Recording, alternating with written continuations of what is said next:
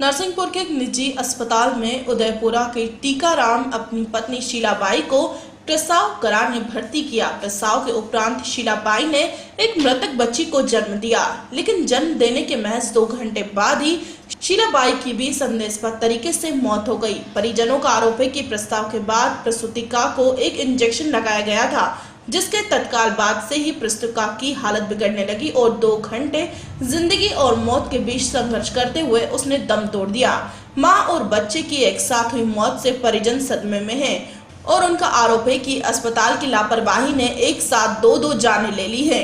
घर से पेट कराना, वहाँ से पहले गाड़ा बारा लेके आए, गाड़ा बारा मैडम मिली नहीं, मैडम गई थी बाहर, वहाँ से लेके आए सीधे नरसिंहपुर पढ़ाकर मैडम के घर पे। यहाँ पे मैडम अच्छी खासी आई थी, तो पेट अकेला करा रहा था उनका और बीपी हाई था उनका। वहाँ पे मैडम चेक पत्नी हो गई, हाँ पत्नी, तो वहाँ से छिड़नी चढ़ के गई ऊपर में, और उसके बाद मैडम के रैंक हो जाएगी डिलीवरी, नॉर्मली डिलीवरी हो गई थी। और उसके बाद बच्ची निकली मरी है। उसके बाद करने भाई बच्ची की धड़कन नहीं, बच्ची खत्म है, तो उसको रख दिए। फिर उसके बाद मैडम पत्नी ठीक है, कहले हाँ ठीक है पत्नी। उसके बाद उनके लिए ऑक्सीजन लगा दी और एक इंजेक्शन लगा दिया, आयु हो जाएंगी। थोड़ा हार्ट चल रहा उनका, तो इसमें भी शांत होता है, तो ठीक है, मैं सुबह हम तुमको रेफ़र कर देंगे। इतना कहा, उसके बाद इसका मैंने करके वो चली गई, बाटल माटल भी लगी रही। उसके बाद घंटे या 2 घंटे बाद शांत हो गई। बोले 10,000 रुपये जमा कराए थे, शांत करवाए थे। नहीं तो मैडम मुझे बता देती हैं, सब कुछ होता मैं और ले जाता कहीं। मैडम ने मुझे कुछ नहीं बताया। क्या नाम और कौन से गाँव से आए हो आप? पटना से आया हूँ, टीकाराम पटेल नाम मेरा, पत्नी का नाम शीला पटेल। कितनी उम्र थी? जब हमने इस संबंध में अस्पताल प्रबंधन से बात करनी चाहिए तो पहले तो वे कैमरे के सामने कुछ भी कहने को तैयार नहीं हुए।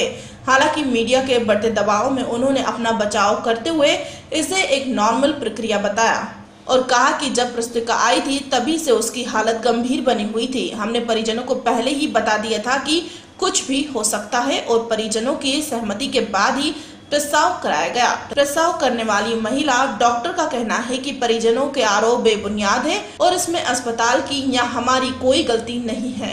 यहाँ पेशेंट भर्ती हुई थी, फिर उसके जो बच्चा है, गर्भ में बच्चा मृत निकला, डिलीवरी में मृत निकला और फिर कुछ घंटे बाद अस्पताल में महिला की मौत हो गई। क्या मामला था? एक्लेम्शिया केस था, पेशेंट सीरियस स्थिति में ही लाई गई थी और पेशेंट का बच्चा एकदम हेड ऑन पेरिनियम, बच्चा का सिर दिख रहा था। हमारा काम था डिलीवरी करवाना और पेशेंट को सारी स्थिति की जानकारी दे दी गई थी। पेशेंट को जानकारी दी थी कि वो रिफर जा सकते जबलपुर, अब भी निकल जाएं। बोले हम रात भर से 4 हॉस्पिटल घूम चुके हैं, अभी हमें स्टेबल कर दीजिए, हमें थोड़ा सा ट्रीटमेंट दे दीजिए, फिर अगर स्थिति बिगड़ती है तो हम पेशेंट और इसको लेकर जाएंगे। हम पेशेंट कैसे आई थी? चल के आई थी कि स्ट्रेचर के थ्रू आई थी? पेशेंट आते साथ ही बेहोश हुई है, उसको झटके आए हैं तुरंत। वो उसका कहना डिलीवरी है, के पहले ही झटके आए हैं। उसका कहना है कि डिलीवरी में जो बेबी निकला था वो तो मरा हुआ निकला था, लेकिन पत्नी ठीक कंडीशन में थी। जी नहीं, एक्लेम्शिया कभी भी ठीक नहीं होता, एक्लेम्शिया हमेशा डेंजरस होता है। लेकिन उसने कहा कि वो पत्नी तब तो ठीक थी, ठीक आई थी, ठीक स्थिति में थी। झटके आने के बाद पेशेंट कभी भी ठीक नहीं रहता। जब तो आई तो वो रास्ते आते ही उसको झटके आए। आपने उसके बाद इंजेक्ट किया था? हाँ किया था। इंजेक्ट करने की कितने देर बाद वो नहीं रही, या आपके ट्रीटमेंट देने की कितने देर? डिलीवरी के 2-3 घंटे बाद उसकी स्थिति, उसको फिर से झटका आया, उसके बाद वो उसकी डेथ हुई। मैडम, तो जिला मुख्यालय से जो जिला चिकित्सालय है, जब स्थिति गंभीर हो रही थी तो पेशेंट को जिला चिकित्सालय डिलीवरी के बाद पेशेंट स्टेबल हो गई थी, इसलिए उसको सारी जानकारी देने के बाद रखा गया था। हमने उनको जानकारी दी थी कि अगर दूसरा झटका आता है तो तुरंत ही ले जाना पड़ेगा या फिर आप अभी ले जा सकते हैं, पर पेशेंट उसके लिए तैयार नहीं था। लेकिन ये मैडम आपको हाँ हमने दिया, पर पेशेंट अगर नहीं ले जाना चाह रहे हैं तो क्या उसको धक्के मार के निकलवा? लेकिन मैम किसी महिला की जान तो गई है। अगर आपको लग रहा था कि स्थिति गंभीर है तो राज्य सरकार की स्वास्थ्य सेवाएं तो बेहतर होंगी आपके यहाँ? जी नहीं, राज्य सरकार की सेवाएं में जो ट्रीटमेंट, जो वर्ल्ड वाइड ट्रीटमेंट है वो हमारे यहाँ भी होता है। हमने उनको ICU केयर दिया, कोई भी उसमें कमी नहीं छोड़ी। वहीं इस पूरे मामले में पुलिस का कहना है कि नॉर्मल डिलीवरी के बाद बच्ची की मौत होना और कुछ घंटों बाद प्रसूतिका की मौत होना संदेह को जन्म देता है। परिजनों के बयानों के आधार पर सूक्ष्मता से जांच की जा रही है और पोस्टमार्टम रिपोर्ट का इंतजार किया जा रहा है। जांच के बाद तथ्यों के आधार पर दोषियों पर न्याय संगत कार्रवाई की जाएगी। पराटकर अस्पताल का मामला आया है, बच्चे की भी मौत हो गई और प्रसूता की मौत भी आई। क्या मामला है पूरा और सर अभी क्या कहाँ तक जांच पहुंची? सर हमारी तरफ देखिए। डॉक्टर पराटकर हॉस्पिटल नगर में ही स्थापित है यहीं पर। कल यहाँ पर एक पेशेंट भर्ती हुई थी, 25 वर्षीय महिला है वो, शीलाबाई पटेल, और वो प्रेग्नेंट थी, उनको एडवांस प्रेगनेंसी थी। रात्रि में करीब 1 बजे उन्होंने एक फीमेल चाइल्ड को जन्म दिया और वो बच्चा जीवित नहीं है। ये इसमें जांच का विषय है कि वो स्टिल बॉर्न था या डेड बॉर्न था, अर्थात वो मृतावस्था में पैदा हुआ या जीवित अवस्था में पैदा हुआ, इसको भी निर्धारित करना है। महिला की आयु 25 वर्ष है और उसकी शादी को केवल 1.5 वर्ष हुए थे। दोनों ही दृष्टि से, दोनों क्राइटेरिया से वो न्यूली मैरिड की श्रेणी की है, नवविवाहिता की श्रेणी की। इस कारण वो जांच हमारे द्वारा की जाएगी, जैसा कि शासन का आदेश है कि गस्टेड ऑफिसर के द्वारा उसकी जांच की जानी चाहिए। तथ्य ये है उसमें कि हमें देखना ये होगा कि वो 25 वर्ष की महिला थी, उसके माता पिता की क्या ग्रीवांसेस हैं, उनकी क्या चार्जेस हैं, वो क्या आरोप लगाना चाहते हैं। दूसरा इम्पॉर्टेंट बात ये भी होगी उसमें कि जब वो हॉस्पिटल में पहुंच चुकी थी और स्वस्थ अवस्था में पहुंची हॉस्पिटल में, उसकी प्रेगनेंसी में ऐसी क्या प्रॉब्लम थी कि बच्चा भी जीवित नहीं रह पाया और उसकी माता भी जीवित नहीं रह पाई, या हम ये कहें अपनी शहर की देहात की भाषा में कि जच्चा बच्चा दोनों की मृत्यु हो गई। तो ये बहुत ही गंभीर विषय है।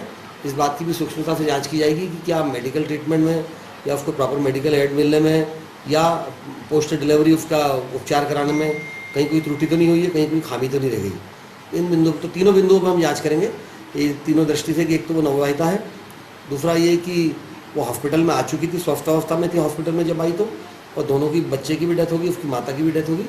इन सब कारणों पर सूक्ष्मता से जांच की जाएगी और तदनुसार उसमें वैधानिक कार्रवाई करेंगे। नरसिंहपुर से पंकज गुप्ता की रिपोर्ट। महिलाओं को बेहतर सुरक्षा और कानूनी मदद दिए जाने के लिए तमाम सख्त कानून बने हैं, बावजूद इसके महिलाओं के साथ बढ़ रही आपराधिक घटनाएं कम होने का नाम नहीं ले रही हैं। बलात्कार और छेड़खानी के मामलों में लगातार इजाफा हो रहा है। ताजा मामला महोबा जनपद के थाना महोकंठ अंतर्गत ग्राम तैया का है। तैया निवासी दलित शांतिबाई की विवाहित गूंगी बहन फूलवती एक रिश्तेदार की शादी में शामिल होने के लिए कुछ दिन के लिए आई हुई थी। बीती 13 जुलाई को जब घर के सभी लोग बाहर थे और गूंगी महिला घर पर अकेली थी, तभी पड़ोस में ही रहने वाला राजाराम वहां पहुंच गया और गूंगी महिला का फायदा उठाकर उसके साथ अश्लीलता करने लगा। दबंग बेखौफ महिला के साथ छेड़खानी और अश्लील हरकत करता रहा। यही नहीं, दबंग ने उसके साथ दुराचार करने का भी प्रयास किया। गूंगी महिला अपनी असमस्त बचाने के लिए चीख पुकार मचाने लगी। महिला की चीख सुनकर आसपास के लोग मौके पर पहुंचे, तब तक दबंग दीवार फांद कर भाग चुका था। गूंगी महिला ने इशारों में आप बीती अपने परिजन और ग्रामीणों को बताई। पीड़िता की बड़ी बहन और परिजनों के साथ गूंगी महिला थाना महोकंठ पहुंची और दबंग के खिलाफ नामजद तहरीर देकर मुकदमा दर्ज करा दिया। बावजूद इसके घटना को 1 सप्ताह का समय बीत जाने के बाद भी पुलिस ने न तो आरोपी को गिरफ्तार किया और न ही उससे पूछताछ की। तब से लेकर आज तक गूंगी महिला इंसाफ के लिए अधिकारियों के चक्कर लगा रही है। गूंगी महिला इशारों से अपनी आप बीती अधिकारियों को बताकर मदद की गुहार लगा रही है, मगर कोई भी कार्रवाई न होने से दबंग आरोपी राजाराम के हौसले बुलंद है और आए दिन महिला और उसके परिवारों को मुकदमा वापसी के लिए धमकी दे रहा है। पीड़िता ने पुलिस कप्तान गौरव सिंह से न्याय की मांग की है। इस मामले को लेकर एएसपी राजेश सक्सेना ने बताया कि पीड़ित की तहरीर पर आरोपी राजाराम के खिलाफ गंभीर धाराओं से मुकदमा दर्ज कर लिया गया है। आरोपी की धरपकड़ के लिए प्रयास किए जा रहे हैं, मगर वह फरार है।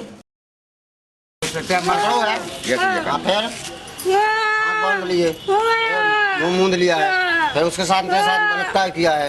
अच्छा, थाने में गई, कोई सुनाई नहीं किया है। कप्तान के पास गई, खाना खा रही थी।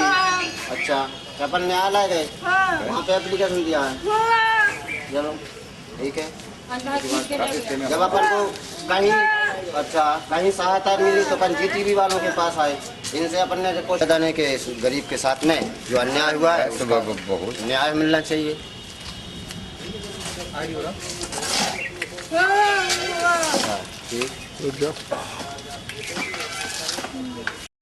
उत्तर प्रदेश महोबा से इसराइल कुरैशी की रिपोर्ट।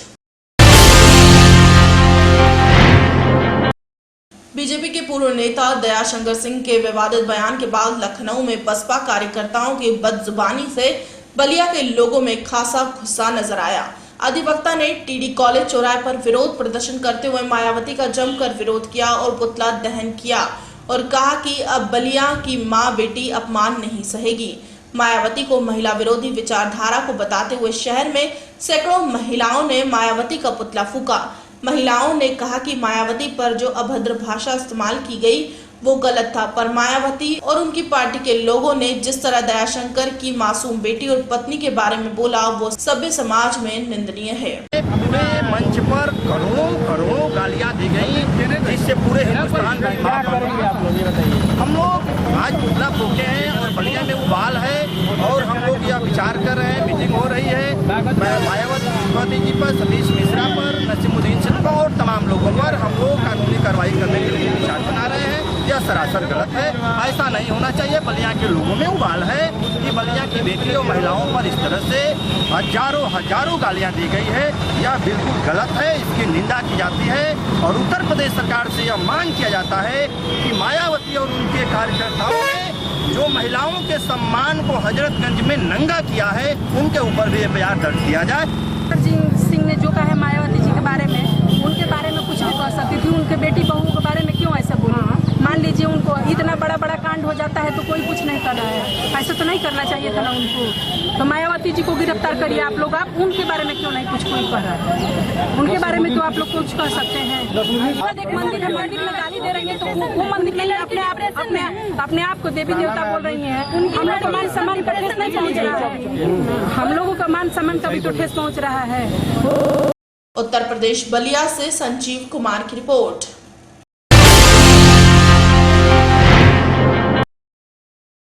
खाद्य सुरक्षा अधिनियम 2005 के तहत प्रदेश सरकार द्वारा गरीबी रेखा के नीचे जीवन यापन करने वाले लोगों के लिए सस्ते राशन की व्यवस्था कराई ताकि बाजार से कम दामों में खाद्य सामग्री दी जा सके।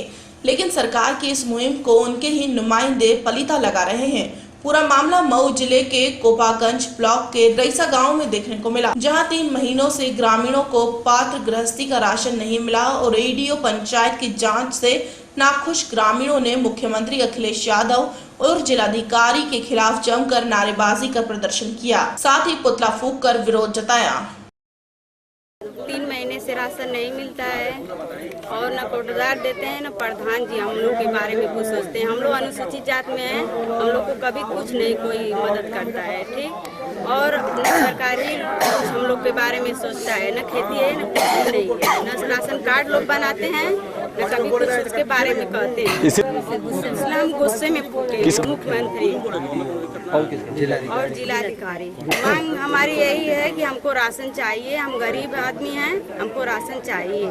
इसीलिए हम गुस्से में जो हम लोग को आए वो हम लोग कर दिए हैं। आंदोलन होगा इसलिए होगा कि हम गरीब आदमी हैं, इसीलिए हमको करना बहुत जरूरी है। धन्यवाद। मुख्यमंत्री, जिलाधिकारी और बीडीओ कोपागंज तथा कोटेदार का पुतला हम लोगों ने फूका है, क्योंकि पात्र गृहस्थी पर राशन 3 महीने से आ रहा है और सारे पात्र गृहस्थी के सदस्य हैं। 3 महीने का राशन कोटेदार द्वारा बेच दिया गया। इस संबंध में हम लोगों द्वारा पूर्ति अधिकारी को एक दरखास्त दी गई, जिस पर पूर्ति अधिकारी ने इंस्पेक्टर सप्लाई को यहाँ भेजा। उसने बयान दर्ज किया और ले जाकर एसडीएम सदर को दिया, जिस पर एसडीएम सदर ने निलंबित कर दिया कोटे को। कोटा निलंबित होने के बाद उन्होंने वीडियो को जांच दे दिया, 15 दिनों के अंदर जांच करिए। हम लोग जब वीडियो से मिले तो वीडियो ने कहा कि हाँ हम आएंगे तो आपको सूचित करके आएंगे 4 या 5 तारीख को। लेकिन वीडियो ने एडीओ कोऑपरेटिव को भेज दिया 2 तारीख को ही, और कोटेदार के घर पर बैठकर बहुत लोग छूट गए, उसके बाद चला गया। और उसके बाद जब जांच रिपोर्ट अपनी भेजा है तो उसमें यह कह रहा है कि उसके घर पर बैठकर 84 लोगों का बयान दर्ज किया था, उस बयान को भी इसी बयान में जोड़ दिया है। 2 तारीख के बयान को 4 तारीख के बयान में जोड़ दिया है, और इधर के जो 20-25 तेल वाले पूछा था उसको भी उसी में जोड़ दिया है। और कह रहा है कि 114 लोग उसके पक्ष में बोले हैं, 65 लोग भी पक्ष में बोले हैं। वो 65 लोग एकदम कोटेदार के पक्ष में बनाई है। इसलिए हम लोगों द्वारा फिर पुनः जिलाधिकारी महोदय को ज्ञापन दिया गया है, जिसमें इस जांच को निरस्त करते हुए हम लोगों ने मांग किया जिला स्तरीय जांच हो। लेकिन अब तक कोई सुनवाई नहीं हुई, अब तक कोई हम लोगों को सूचना नहीं आई है। एकदम मिला है, पूर्ति विभाग से लेकर सारे प्रशासन इससे मिले हैं। उत्तर प्रदेश मऊ से आसिफ रिजवी की रिपोर्ट।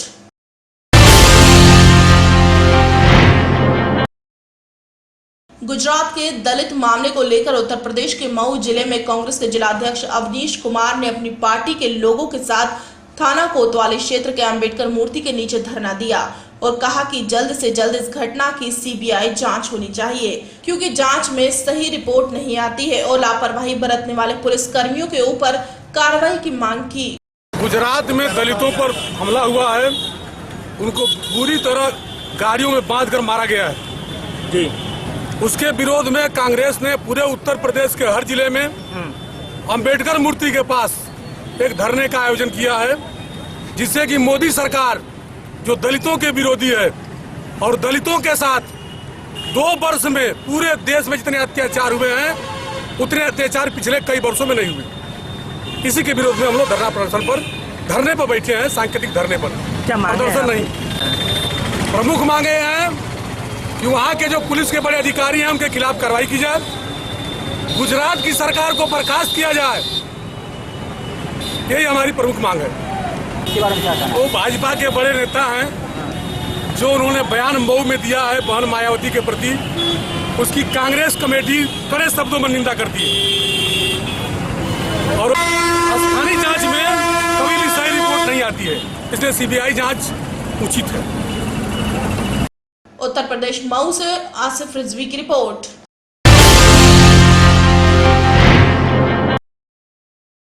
उत्तर प्रदेश में शिक्षा अभियान को लेकर प्रदेश सरकार चाहे कितने भी दावे कर ले, लेकिन हकीकत कोसों दूर है और उत्तर प्रदेश सरकार की योजनाओं को जब खुद ही सरकार के मुलाजिम पलीता लगाने पर आमदा हो तो फिर कहना ही क्या। उत्तर प्रदेश सरकार शिक्षा में बेहतरी और सरकारी स्कूलों की दशा सुधारने के लिए न जाने कितनी योजनाएं चला रही है। बच्चों को मुफ्त किताबों से लेकर ड्रेस और खाने की भी व्यवस्था कर रही है, ताकि सरकारी स्कूलों में बच्चों की संख्या बढ़ाई जा सके और यहां से भी बच्चों को अच्छी शिक्षा मिल सके। लेकिन मऊ जिले के शिक्षा अधिकारियों की मिली भगत से शिक्षा माफिया बिना मान्यता लिए ही अवैध तरीके से काफी संख्या में स्कूल चला रहे हैं और अभिभावकों से मनमानी वसूली कर रहे हैं। लेकिन शिक्षा विभाग और बड़े अधिकारी आंखें बंद किए बैठे हैं। सूत्रों की माने तो इन अधिकारियों की भी शिक्षा माफियाओं से साठगांठ रहती है और पैसे लेकर बिना मान्यता ही स्कूल के संचालन की अनुमति दे देते हैं। एक तरफ जहां सरकार पानी की तरह पैसे बहाकर सरकारी स्कूल की दशा सुधारना चाहती है, तो वहीं दूसरी तरफ सरकार के अधिकारी ही अवैध स्कूलों के संचालन को बढ़ावा देकर सरकार को चूना लगाने का काम कर रहे हैं। ऐसे में सवाल उठता है कि जब गांव-गांव और शहर-शहर इसी तरह से बिना मान्यता धड़ल्ले से स्कूल को संचालित करने की अनुमति पैसे के बल पर जिले का शिक्षा विभाग देता रहेगा, तो भला कैसे होगा सरकारी स्कूलों का, कैसे बदलेगी सरकारी स्कूलों की तस्वीरें। इस मामले में स्थानीय महिला ने बताया कि शिक्षा को लोग व्यापार बना रहे हैं और बिना मान्यता प्राप्त स्कूल जोरों पर चल रहे हैं, लेकिन जिला प्रशासन व शिक्षा विभाग मुखदर्शक बना हुआ है। ऐसे में जिला प्रशासन की मिलीभगत के कारण शिक्षा माफिया छात्रों की जिंदगी के साथ खिलवाड़ कर रहे हैं। गैर मान्यता प्राप्त स्कूल यदि शहर में चल रहे हैं तो ये तो प्रशासन की ढिलवाई है कि कैसे चल रहा है, या फिर शिक्षा विभाग को देखना चाहिए कैसे गैर मान्यता प्राप्त स्कूल चल रहे हैं। अगर चल भी रहे हैं तो उन्हें कुछ तो मान्यता होनी चाहिए कि वो किस तरह पढ़ा रहे हैं, वहाँ का प्रशासन कैसा है, हर चीज़ पे ध्यान देना चाहिए। बच्चों के भविष्य का सवाल है। क्या मानक? हाँ बिल्कुल, शिक्षा भी एक बिजनेस हो गया है और बिजनेस के तहत ही लोग स्कूल खोलते जा रहे हैं। जिसके पास थोड़ी सी जगह है, 2 कमरे हैं, उसमें स्कूल खोल ले रहे हैं और वो बिजनेस ही है एक तरह से। क्या लगता? वहीं इस पूरे मामले में जिला विद्यालय निरीक्षक ने बताया कि मीडिया के माध्यम से जानकारी मिली कि जनपद में गैर मान्यता प्राप्त स्कूल चल रहे हैं। इस मामले में जांच करके अवश्य कार्रवाई होगी। हाँ, अभी आपने संज्ञान में लाया 3-4 नाम मधुबन क्षेत्र के, मैं दिखवा लेता हूँ और अगर ऐसा होगा कि बिना मान्यता के चल रहा है उनकी जांच होगी और उनको बंद कराना। सर आपके और बेसिक शिक्षा अधिकारी के यहाँ से मुझे इस तरह की कोई सूचना अभी तक मिली नहीं है। अन्य खंड शिक्षा अधिकारियों ने हमें कोई संज्ञान में लाया इस तरह का। कार्रवाई की जाएगी वैसे मैं पता कर लेता हूँ। अभी ऐसे के यहाँ भी आया होगा तो उनके जो डिसीजन में होगा उनको बता दूंगा, उनकी आप अपनी कार्रवाई करिए। मेरे यहाँ है पक्का कार्रवाई होगी, कार्रवाई नहीं होगी बस पक्की कार्रवाई होगी। Thank you. उत्तर प्रदेश मऊ से आसिफ रिजवी की रिपोर्ट।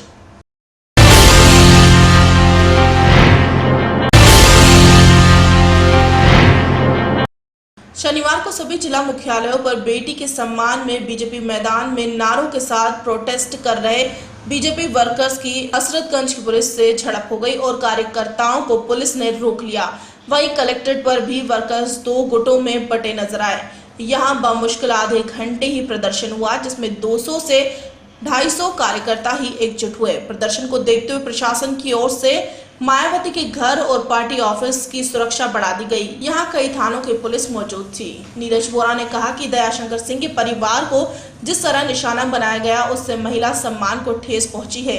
हम इसकी निंदा करते हैं। अगर मायावती दोषी नेताओं को बर्खास्त कर मुकदमा दर्ज कराती तो महिला होने का फर्ज अदा कर पाती। हम प्रदर्शन के जरिए नसीमुद्दीन को विधान परिषद के नेता के तौर पर बर्खास्त करने की मांग के साथ सभी की गिरफ्तारी की मांग करते हैं।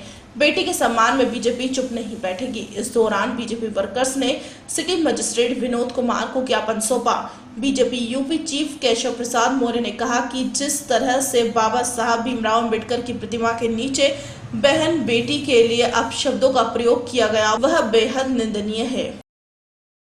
हर जगह पर पैसा वसूली करने के लिए लगी रहती है और भारतीय जनता पार्टी कुछ वसूली का खिलाफत करती है, बदन में आग लग जाती है। शर्म नहीं आती मायावती जी को? अटल जी ने जिसको बेटी माना और भाजपा ने जिसको इसके साथ ये अभद्रता बर्दाश्त नहीं है। लखनऊ से आरती श्रीवास्तव की रिपोर्ट। शनिवार को गोमती नगर स्थित भारतीय नूतन नाटक अकेडमी में move and groom event company द्वारा आयोजित डांस कंपटीशन सीजन 2 का मेगा फाइनल संपन्न हुआ। लोअर जूनियर, जूनियर तथा सीनियर तीनों वर्गों में आयोजित इस प्रतियोगिता में लगभग 120 छोटे बच्चों ने भाग लिया। मुख्य अतिथि तथा कार्यक्रम की जज टीआईडी सुपर मॉम राउंड 6 के प्रतिभागी शिवांगी वाजपेयी, जज मैडी, जज अमित कुमार शर्मा ने दीप प्रज्वलन कर कार्यक्रम का उद्घाटन किया। जीरो ग्रेविटी डांस अकेडमी के मशहूर डांस डायरेक्टर संदीप सिंह राजपूत के विशेष सहयोग आयोजित इस प्रतियोगिता में कलिका राजपूत तथा इकारा बैग ने गणेश वंदना नृत्य प्रस्तुति से कार्यक्रम का आरंभ किया। डांस डायरेक्टर विक्रम सिंह व मनीष ठाकुर द्वारा आयोजित इस प्रतियोगिता में विजेता बच्चों को मुख्य अतिथि ने पुरस्कार देकर सम्मानित किया। लखनऊ से आरती श्रीवास्तव की रिपोर्ट। महाराणा प्रताप जयंती आयोजन समिति के मुख्य संयोजक वकील सिंह विशेन ने आयोजित संवाददाता सम्मेलन में बताया कि भाजपा के पूर्व उपाध्यक्ष दयाशंकर की पत्नी व उसकी बेटी के खिलाफ नसीमुद्दीन सिद्दीकी सहित अन्य बसपा नेताओं द्वारा की गई अभद्र टिप्पणी को लेकर क्षेत्रीय समाज में काफी आक्रोश है। बसपा के चंडीगढ़ अध्यक्ष जन्नत द्वारा दयाशंकर की जीप काटकर लेने वाले को 50 रुपए का फतवा जारी करने को भी क्षेत्रीय समाज में काफी गंभीरता से लिया है तथा प्रदेश व केंद्र सरकार से दोषियों की तत्काल गिरफ्तारी करने की मांग की गई है। आज हसरतगंज स्थित महात्मा गांधी की मूर्ति पर लखनऊ स्थित समस्त संगठनों के प्रतिनिधि एक दिन सांकेतिक धरने पर बैठे तथा दोषियों की गिरफ्तारी न किए जाने को लेकर अगली रणनीति पर भी विचार किया। इस प्रेस वार्ता में राजपुताना मंच के सभी पदाधिकारी मौजूद थे। आज धरने में दयाशंकर की पत्नी स्वाति के साथ अन्य समाजसेवी भी उपस्थित थे। क्षेत्रीय समाज के लोगों ने यह भी निर्णय लिया कि अगर मायावती दोषियों के विरुद्ध भाजपा की तरह कार्रवाई नहीं करती हैं तो आगामी विधानसभा चुनाव में क्षेत्रीय समाज के लोगों द्वारा बसपा का खुला विरोध करेंगे। लखनऊ से आरती श्रीवास्तव की रिपोर्ट।